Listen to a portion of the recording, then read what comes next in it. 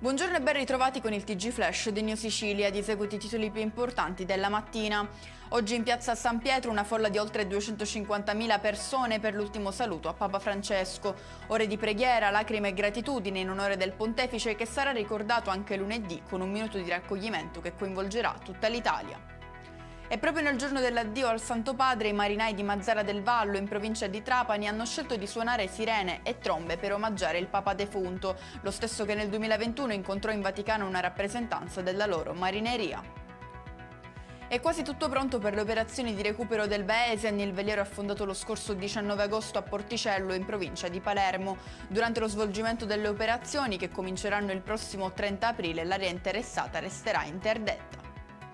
Scatta la cassa integrazione all'ST Microelectronics di Catania a lanciare l'allarme Saro Pappalardo, coordinatore nazionale FISMIC Comsal. I dati dell'ultimo trimestre confermano le nostre preoccupazioni. Ad oggi nessuna previsione di ripresa, ha dichiarato il sindacalista.